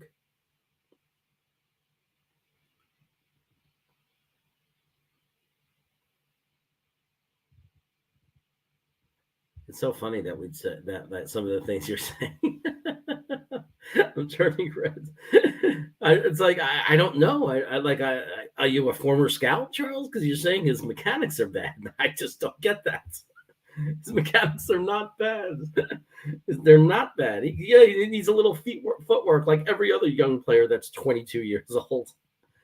Give me a break. Do you expect him to look like Aaron Rodgers when he drops back? His arm strength is incredible. Amazing arm talent. The only thing that Zach did wrong was he didn't have a lot of time from the offensive line, and he didn't have the experience or the ability to process and get rid of the ball fast enough. Those are all things that improve through time for quarterbacks. It's proven time and time again. And if it doesn't, then he's a bust. But even a quarterback who's going to end up being great, sometimes almost always in the beginning, they don't process as quickly as they will when they get some experience. I mean, I hope you're wrong. I respect your opinion. You're allowed to think that because I've thought that. I've been on your side of it. I've had people screaming at me. What are you talking about? You're nuts. Sam Darnold's awesome. You're so negative. People cursing me out, yelling at me. He's calling me stupid. And I was right. And maybe you're going to end up being right, Charles. Maybe you're going to end up being right. Maybe Zach's not the guy. But it doesn't change the reality that they're just simply not going to bench him. He's going to get his chance. You don't draft the guy number 2 and then make a decision on whether he's your franchise guy after 1 year, unless he's a complete fart, which he wasn't. He was good the last 6 games. He had no one. He was missing his top 3 receivers. Our offensive line was against Tampa Bay. We had no offensive line. 3 out of the 5 were hurt. Top 3 receivers out. Top running back out. We were playing with no one, and he kept us in the game. He went toe-to-toe with Tom Brady. He got better. You know, you got to stop feeding the troll. I'm not feeding the troll. It's amazing that I keep saying you're right. He could be a bust, but he's the one that's going to play, and he doesn't end it. You know, like, I don't understand. Accuracy. Like, it's so funny that he's saying accuracy. Yeah, like he magically isn't accurate anymore. How about he was rushed and he's thinking too much and he's a rookie? How about 5-6 years of high school and college tape that show 100% that he's not only accurate, he's one of the most accurate quarterbacks to ever come out into the NFL. Because he doesn't only hit the receiver and completion percentage in college, the ball placement that he has is sick. It's insane how accurate he is when he's at his best, when he's comfortable. Like, it's so funny that you're judging it by 1 year and deciding he's not an accurate quarterback. I mean, that's like amateur hour, dude. It's amateur hour. So is Justin Fields not accurate because he's playing on a crappy Chicago offense? Is he not accurate because his numbers are saying, because his numbers say he's not accurate? But if you ever watch Fields in Ohio State, if you've seen what the kid could do, if you see what he does when he has time, he throws bullets. He threads needles. He's a great athlete, and he's very accurate. So am I going to sit there and say Justin Fields is not accurate because why? Because he doesn't have any time? Because he's playing on a crappy team that doesn't block for him? Well, Zach was in the same situation. Give him time.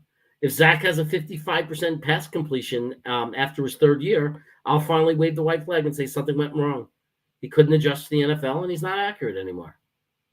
But right now, it's just a fake statement. It's a false statement. It's someone who never watched the tape. Because I watched all the tape. I spent more time watching tape on Zach Wilson than any college player that I've ever watched tape on. And it is just completely inaccurate to say that he doesn't have footwork. It's inaccurate to say he's not accurate. It's inaccurate to say he doesn't have field vision. None of that is true.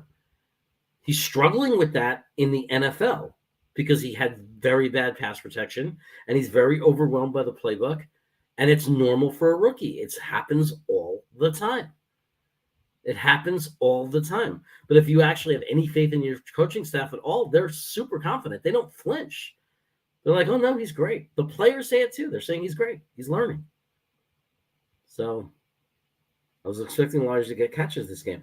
Well, I'm expecting Elijah. Yeah, I think that Elijah will get more catches, Joe, because I think a lot of his like last week, he wasn't as active because they were focused on him, right? The defense was focused on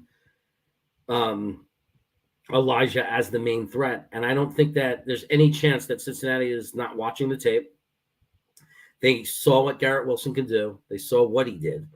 They saw that they can't leave him alone. I mean, what are they going to do? Put Eli Apple alone on Garrett Wilson?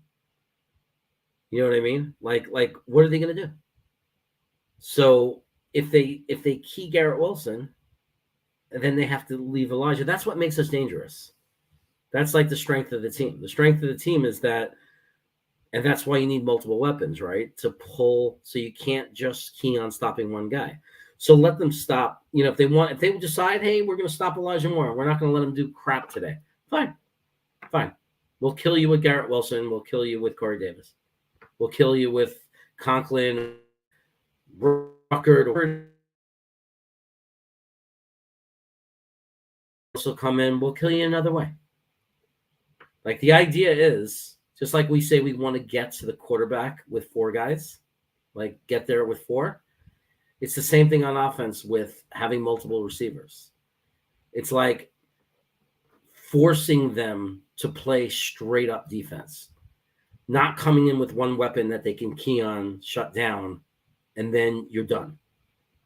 Like, so it's like the same kind of philosophy. It's have multiple weapons, have multiple guys that can hurt you, and then you're able to go, you know, and then you become impossible to stop. You become a problem. That's what it is. We just become a problem. We have to make sure it's a problem.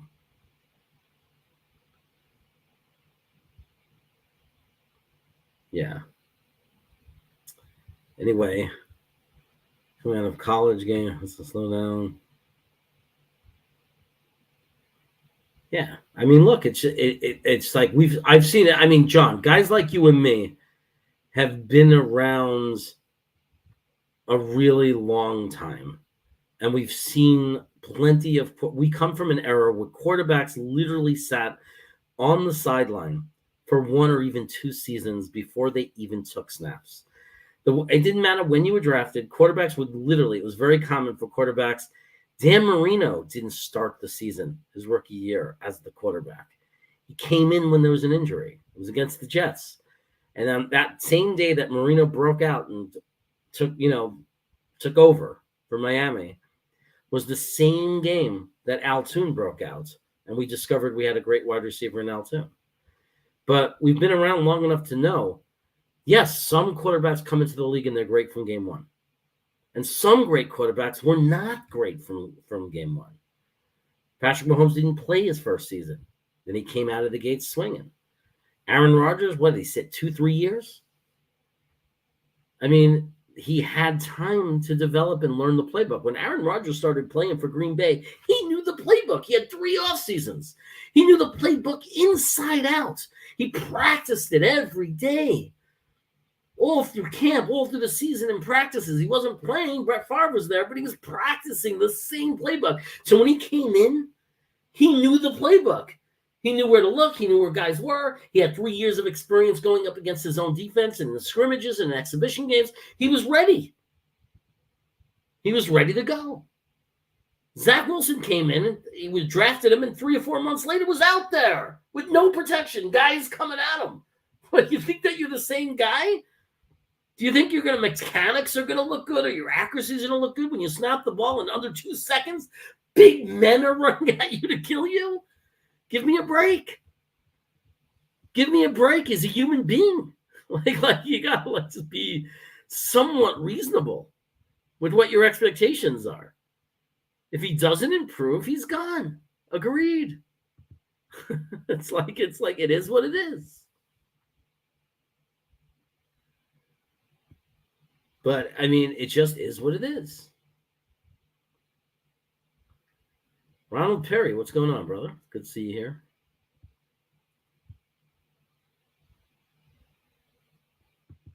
Yeah. But let's see. Jet Show got a good... man, I like Jet Show. I like your show, dude. I like Jet Show. I can't wait to get this dude on my show. I like him. The dog is downstairs barking and crying, Jocelyn. No, I'm just kidding. He's not crying. He did bark before. I got tempted to pause the show and run down there and make sure he was okay. Who's your favorite offensive and defensive player on our team this year? Okay. Man, it's like I'm too old for favorites, but Elijah's my boy. I love Elijah. I love this kid. Like I got his jersey and everything, and I love his work ethic. I love the person he is, the way he helps other guys. He helps players that are older than him. I mean, like, like listen to what Brown says, like AJ Brown. He's like, this guy saved my life. I mean, he's like literally a counselor. He's such a great dude, such a good kid. I mean, so he might not be as good as Garrett Wilson, talent wise in the long run. But if you're saying favorite player, like all around as a human being and all of that, it's very easy for me to like zero in on Elijah Moore. I love him, but I love Michael Carter. It's hard to pick one or two because Michael Carter, every time he talks at a press conference, I'm like, I love this kid. As an educator, I taught high school. Like these were the dream students. When you had kids with these attitudes and like were like this, and like they were the greatest part of my job, hanging out with those guys in high school when they had it together. They were just such good people, and you got to, I'm like, man, I get to work with these kids. I get to be someone to help guide them, and they already have these great values, and so I love them all. Like all, it's not like a slight on any of them, but Elijah, I got a list right now as my guy. I mean, obviously, I love Zach Wilson. Quarterback and everything like that. I can have a lot of belief in him that he can become very special, and I'm very hopeful for him. And I like that's the most important position and all that. But as a human being, when we talk about all around, as much as I love all of our guys, Elijah just sticks out to me as a special human being. I just think he's a very special person, and he's my favorite. Defensively, I love Sauce. Sauce. I wasn't happy when we drafted him, not because I didn't love him, because I wanted an edge. But when we made that trade and took JJ, all of a sudden is that the Sauce pick made so much sense. And then I was able to just be happy we had Sauce Gardner. I was like so happy. So I say Elijah Moore and Sauce Gardner. Those are my guys right now. But man, I love this team. There's so many players to love, right? Like, I mean, I love Jeremy Ruckert. We share a name. I love AVT. I love Lincoln Tomlinson. I love having him on the team. I mean, I love all our guys. I'm excited about Mitchell. I love Michael Clemens. Oh my God. I'm scared of him, but I love him. I wouldn't want to be make him mad. Like if I saw Michael Clemens in a restaurant, I wouldn't ask him for his autograph because I'd be afraid maybe he's not in a good mood. You know what I mean? Like maybe when he turned, he'd accidentally hit me with his hand. Accidentally he turns and his arm swings into me, and I go flying out the window. But I love these guys, man. I love this team.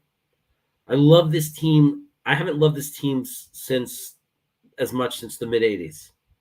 Like so many players. Like I love these guys. I love them as people. I love them as players. I love their talent. But Elijah Moore and Sauce Gardner right now. Those are the guys I'm most excited about. So with Zach, it's more about nerves. I'm nervous about Zach. You know what I mean? Like I'm nervous that guys like Charles are right, and that my eyes are lying to me and my instincts are lying and that I'm wrong. That's the biggest fear I have, is that I'm wrong. All my instincts told me from watching so much tape on Zach Wilson that he's our guy. All my instincts said this is the guy. And last year, I tested my confidence in him. I was tested. There were times where I said, "Oh no, I'm wrong," and then people pulled me back. People pulled me back. Green Bean, he said, "Jeremy, it doesn't matter if he struggles every week. It's the whole rookie season. It doesn't matter. Look for improvement. Look for growth." And we did, and we saw it. So, I guess you like that answer. Dom C in the house. What's up, brother? Good to see you. Just talking, man. I didn't expect to go on this long, so I'm gonna have to end it soon because my wife is gonna I can't hide from her because this channel is public, as you know, so she can see what I'm doing. She might be in New York, but she knows if he's up in his studio, Ramsey doesn't like to go up there. That means Ramsey's alone, and she's gonna give me a hard time. So I'm gonna have to check in on him. But yeah, he went out and he went potty, honey. So he's good. I walked him. I did everything I'm supposed to do. I don't know what you want from me. Tomorrow I'm going to take him to the dog park before the game. Covered in sauce. I love that. Don't end it up. Okay, I'll try to stay on, guys. It's hard, man. I'm talking to myself here. Not really, but you know what I mean? You have to understand. It's not like I could see people out there. I'm not doing a TED talk where I get clapping and applause and I'm seeing people. I'm just sitting here talking to the screen. So, but without the chat, it would be impossible. So thanks. I appreciate it. I'll try to stay on longer. I never time it right, man. You know? But, people come on. I think it's better to come on earlier, and then people want me to be on late, and then I'm on late, and it's like, oh, come on, I'm sleeping. Why can't you come on earlier? Like no matter what I do, it's hard to please everyone, like time wise. That's why I try to like string our shows together. I was like, okay, Show is doing a show with Gunny on the Jet Show. Let him finish, and then I'll jump on and I'll extend it for people who want more. Like. I never overlap with the chat with the people I know, because it's like then it makes you choose and you can't watch both live. So like I try to like collaborate and work with the other guys so that you guys don't have to choose. You could just like whenever you turn on YouTube, one of us is on, like as much as possible. I love that Richie is on during the day a lot. Jake Asman is on during the day a lot. Paul Boy Green is on during the day a lot in the morning. I mean, the more as content providers we could spread it out, what a dream it would be. Like anytime you put on YouTube, there's a live show going on, right? So, you can add those sound effects in StreamYard. Oh, yeah, I do have those sound effects. StreamYard gives you free sound effects. So they need to do better, though. Right now, they're just doing music. Like, I want the sound effects of, like, wah, wah, like that kind of stuff. Like, right now, let me look and see if they've added any more. Maybe I need to update it. Yeah, right now it's just music. And only one thing is like good to play, like The Rock. Like it's good for intros. Right? But like all the other ones, like Night Driving. What the hell is this? What is this?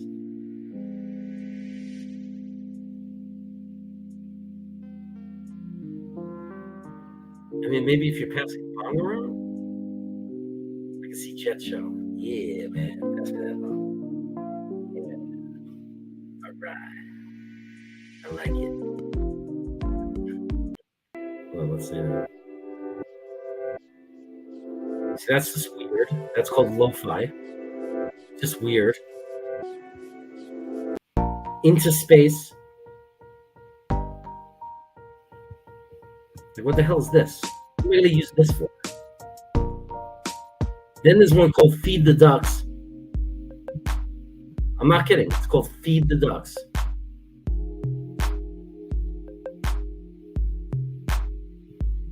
Then there's one called Daydreaming. This is what I should use to introduce Dominic. Dance Pop.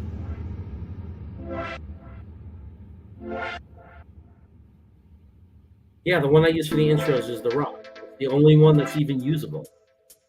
This is the dance one, and it's not even good. You'd think Dance Pop would be a good one. Well, maybe if you wait a little longer, it gets better.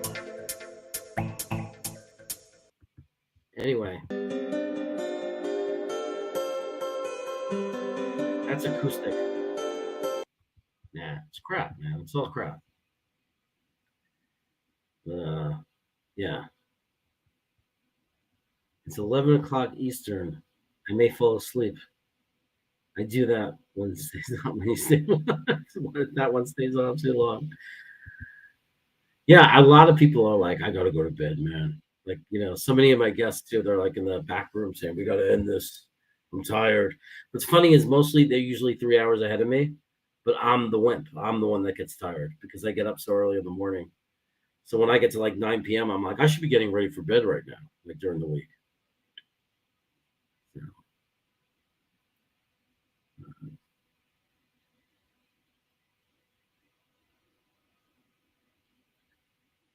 Like I don't know how to say this. I don't know how many times I could say this. There's virtually no chance that when Zach Wilson's healthy, he's not coming into play. Like I don't understand. Like there's no way it's happening. It's not about this season. It isn't.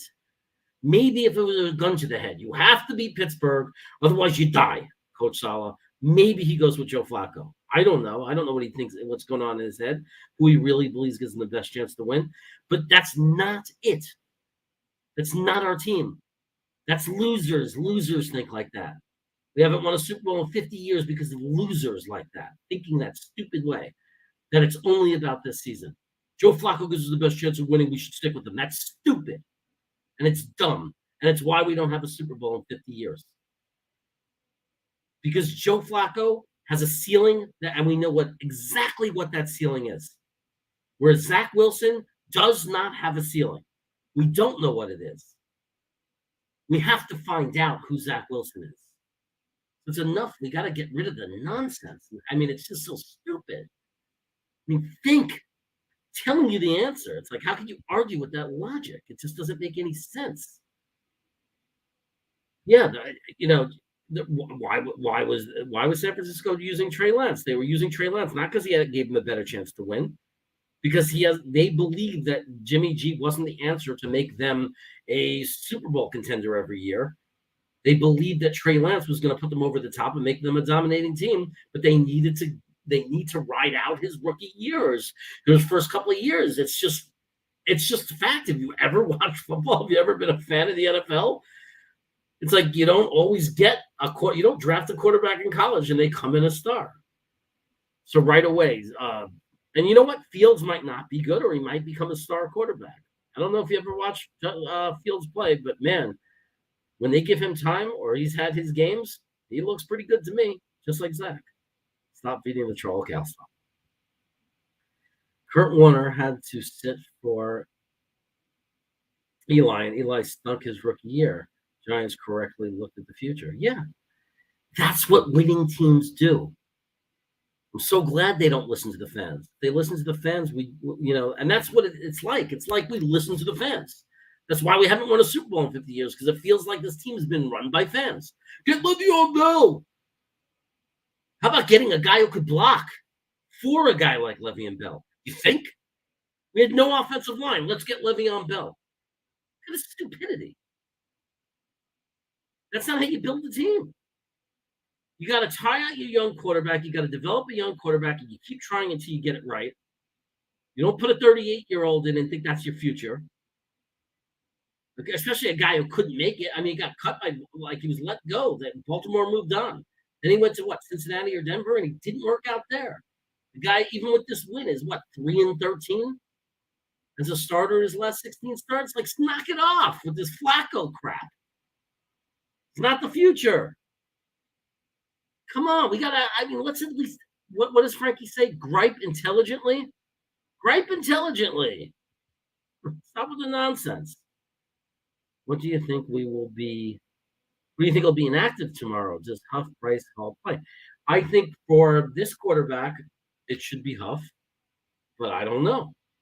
I can't sit there and say what I think they're going to do, because it's the fact that they use Jeff Smith over Denzel Mims makes them completely unpredictable to me. The fact that Ty Johnson is on our roster. I mean, there are things about them I'll never understand. Now, it's not a lot, right? You're not going to love every decision of your staff. But when it comes to personnel, like the bottom four, it's mind-boggling to me. Denzel Mims being inactive. Now, a lot of people say, well, Jeff Smith, had that fake punt catch and everything. And, yeah, but you know what?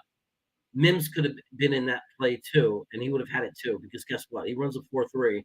And the thing is, if you watch that play again, if it was Mims, he may have been gone for a touchdown, because he wouldn't have gotten caught from behind. So, or at least he would have gotten more yardage. So I never know what they're going to do, who's going to be inactive. I don't know why Huff would be inactive. I think Bryce Hall, it was good coverage. He came in, he gave up a touchdown in good coverage. I watched it again today, Dom. It was good coverage. You're right. Guys make good plays. Lamar Jackson made an excellent pass. Receiver did a great job. They executed the perfect play. The cornerback did nothing wrong. Bryce Hall was on. He was there. He was there. I mean, every time a quarterback throws a touchdown pass in this league, you can't point to the cornerback and say he sucks. It's like everybody's saying, "Get him out of there. He sucks. Why was he in there?" It's like, really? How many passes have you seen for a touchdown in your life around the league in the last 40 years? Every time the cornerback sucks. You know what I mean, Dom? You were right. He didn't do anything wrong. It's good coverage. I don't know why he wouldn't be in there. I don't know why we wouldn't have Bryce Hall and Eccles in there active. I never thought one of them would be inactive. I always thought it was nice to have that depth. I always imagined them playing. But I don't get it. I don't get why Shepard is playing. I don't know what the love affair is with Shep. Everyone's saying different type of player, but he doesn't. It doesn't matter if he has the big body. He doesn't put it to use. He doesn't. He sucks. He's absolute trash. He sucks. I watched the tape. He doesn't make plays. He doesn't. He's absolute trash. He is shit. Like and there's no. It's not like like I'm not seeing it. I'm seeing it the same way those idiots at PPR or whatever the hell they call. They see it the same way too. They rate him really low because he doesn't. He loses on plays. So I don't know. I don't understand it. So it's hard for me to predict who will play. But I think Huff should be active tomorrow. I do. I mean, I know he's a different player than Shep, different position, but I still I think we should be having a feasting on Joe Burrow.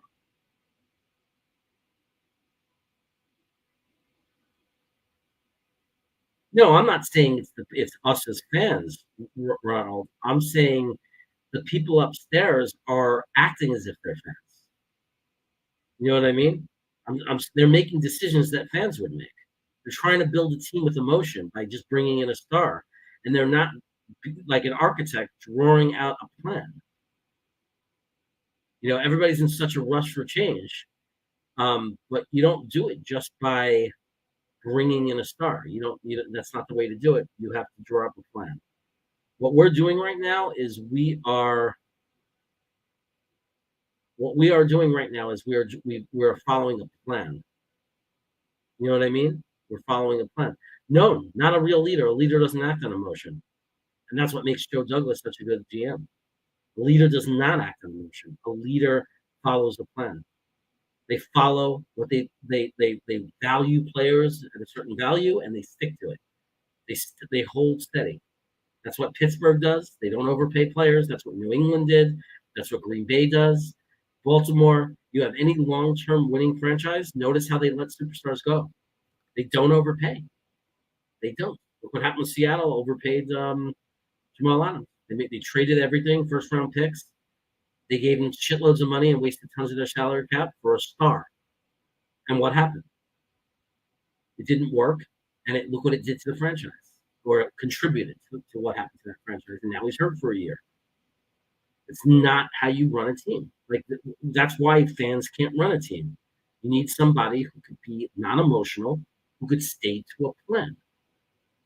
And that's what Joe Douglas is doing. You have to stick to a plan. And the plan is to try to develop this quarterback. And the plan is to not blow all of our money on a star player thinking that they're going to come onto a team that has no roots and do it. You do what the Rams did. You wait until you build a solid, strong team with a strong foundation, and then you go out there, you get the whipped cream. That's when you go out and get the Von Miller, the Odell Beckham. And they got them cheap, by the way. They got those guys easy. They were rentals. They were easy rentals. If you're Buffalo and you could afford Von Miller, you bring him in because they have the core. But if you're a crappy, shitty team, you don't bring in Von Miller. What's that going to do? Yeah, it'll get you some more sacks. It might make you a little more competitive. That's not the way to build a team from the ground up. You got to get young guys in there. So yeah, I know Jeff's just in there for special teams, but I think that they need to be able to teach an athlete like Denzel Mims how to play special teams as good, as well. Like I think he should be able to do it as well as Jeff Smith. Yeah. Yeah, I mean, look. I mean, it just happened. Yeah, I mean, the reality is if you give the other team's offense a million chances and opportunities, they're eventually going to beat you. You know what I mean? But yeah, I'll never understand Ty Johnson being on the roster. I'll never understand it. It doesn't make any sense. Cannot trust him. I know he's a different type of player. Yeah, he's not a good player. It's different. Thanks. I didn't see. I didn't see you going that way. I didn't see you going that way. We've made some interesting, weird choices. I see another one coming up. We'll talk about like Joyner. I knew nothing about Joyner, so I didn't want to judge the Jets because I really didn't hear a lot about him in camp and how he was playing. So I assumed that they saw something they liked in him. I assumed he was the player he used to be. All I'm seeing is a really, really bad safety and a big hole in our defense. So how long are they going to ride that train? I don't know. He didn't say he doesn't want to play special teams since he couldn't be on it. He didn't say no. He's willing to do everything. I never heard that. I heard the opposite. They said the exact opposite. Saleh said it. Saleh said he's willing to do everything. We're happy with him. He does everything we ask him to do. He blocks. He's willing to play special teams. He was totally willing. Unless I'm totally wrong and I didn't see it and something changed, everything I know and everything I've heard suggested that Denzel Mims was 100% happy and motivated to play special teams to bring value to this team. I've heard nothing negative about him.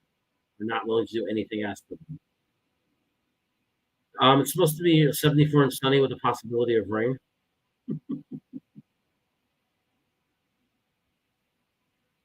Let's see.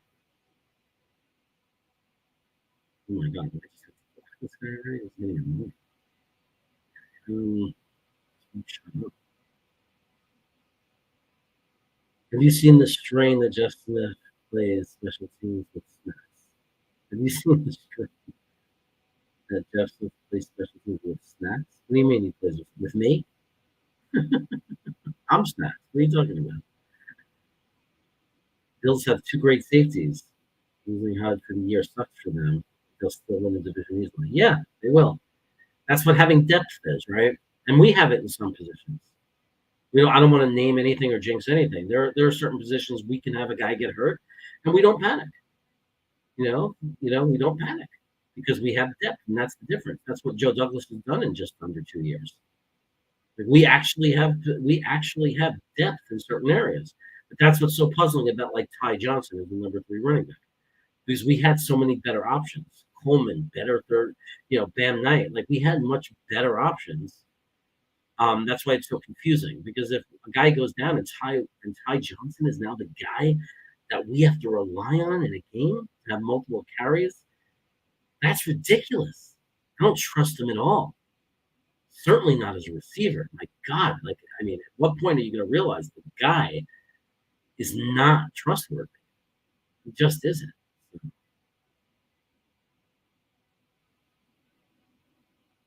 Smith has 66% positive stream vibes.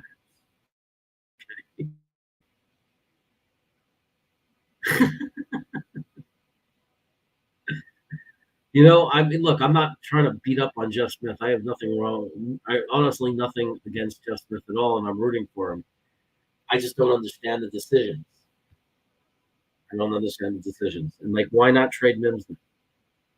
You know what I mean? If you were gonna make him inactive every week, then is he because he's in the doghouse and he doesn't want to play special teams and he has a bad attitude? Then trade him. Is it that you really think Jeff Smith is better because he's better on special teams and you have no use for Denzel Mims right now? Then trade him. I don't know how you could just. I understand if Corey Davis got hurt, you want to have Mims there, but it's like this kid is in the 3rd year of his career. He wants to have a career. I mean, it seems kind of cruel.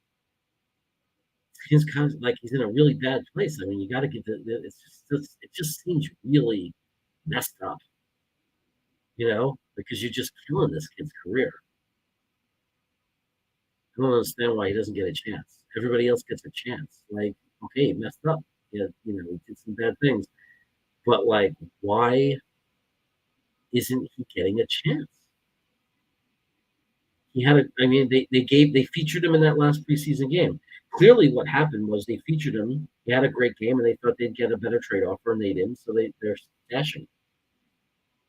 That's what they're doing with Denzel Mims. It's the only explanation. All of a sudden they threw the ball to him a million times in the preseason games, something they never had done before. He has this big breakout game in preseason. He has this great game, and then what happens? They stash him away. Well, we know what happened. He thought Joe Douglas. They were hoping that after that game, somebody would be willing to trade whatever it is Joe wants. He's willing to do it, so now he's being stashed away. But and I understand the team wants to do what's best for the team, but I don't know many situations where I've seen an organization do this to a player. Like what for? An extra higher round pick. I mean, but you're gonna destroy this kid? It just seems so messed up. Just let the kid go so he can go somewhere and try to resume his career. It just seems really just screwed up to me. You know what I mean? It's just kind of crazy. Yeah, nobody bit. But so cut him or trade him for a 6th rounder. Maybe we use that 6th rounder for a field goal kicker.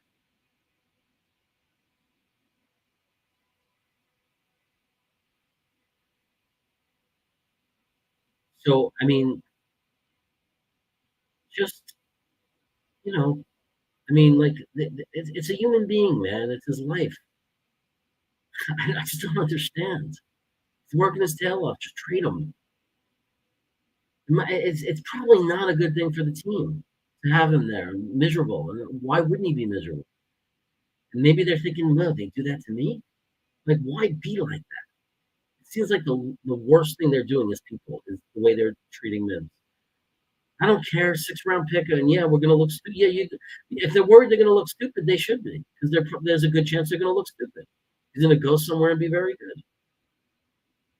But guess what? They handled it wrong. He doesn't have the trade value. So that's it. You take what you can get for him and you look stupid. Because we're never gonna it's not like what good is just holding on to him? Now the only thing that can go the right way that's gonna make them look genius is if somebody gets hurt, he comes in and then he plays just as well as the person who got hurt. Then they look like geniuses because then it was just about that. But I've never seen, if you believe he could be like a replacement for Corey Davis and play at that level, then how is he not active on the roster? It just doesn't make sense to me. My response to that was correct. Oh, good. Thank you for telling me that. Thank you for coming out and saying that I was right. I appreciate it. I was like pretty sure, but it's nice that you looked it up, so now I can be not pretty sure, but 100%. I appreciate that really. Thanks for checking that out, looking that up, making sure that it was true.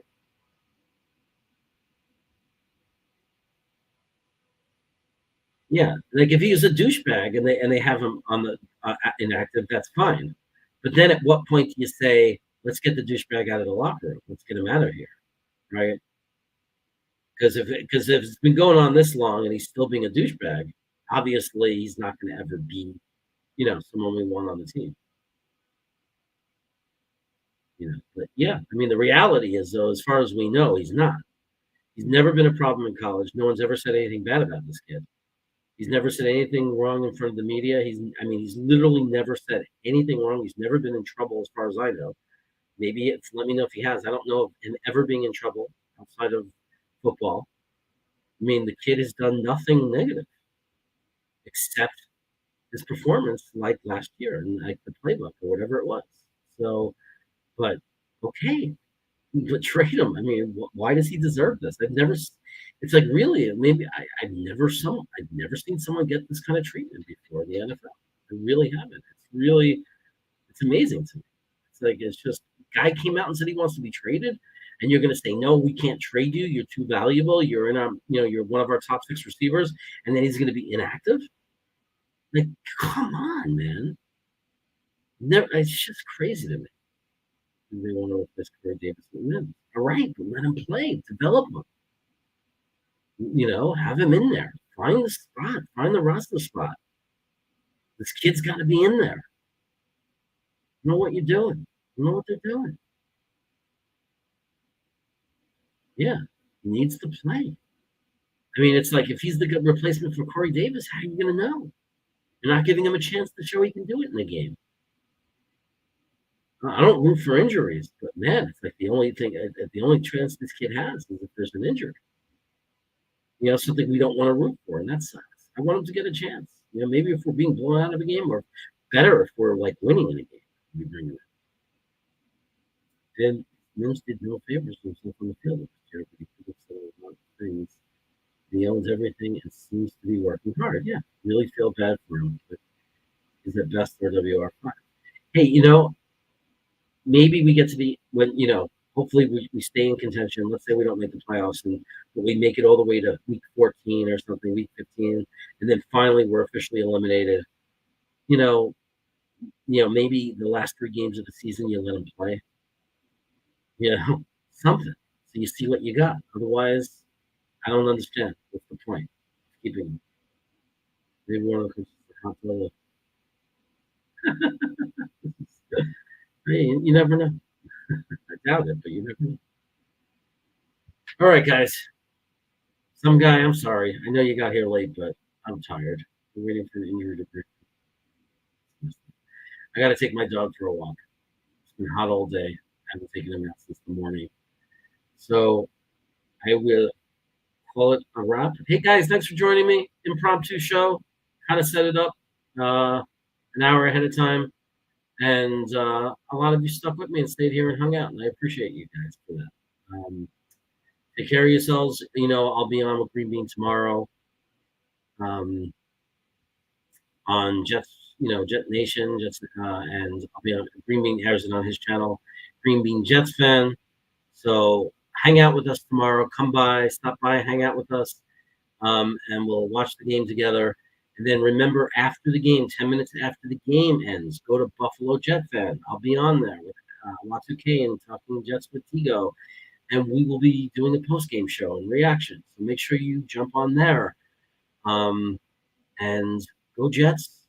Have a good one. Thanks again, everybody. I appreciate you all. Really do. Take care.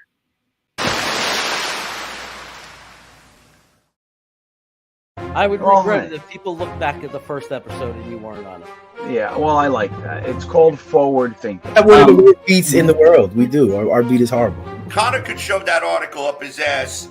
And then I went to that game, and I was like, this is the greatest team I've ever seen in my life. I'm a Jet fan. This is going to be the greatest run ever. Yeah. No, because if they take Aquanu, I'm not complaining. Joe Douglas is the king of keeping shit close to the vest. A 2, a 4, and a 6 for Darnold. Did the Jets really ruin Sam Darnold, or did Sam Darnold just suck all along and we were just trying to talk ourselves into it? And Hamilton is a player who can potentially make a very big impact. And suddenly here we are today. You can't get rid of him. Right. It's like a plague.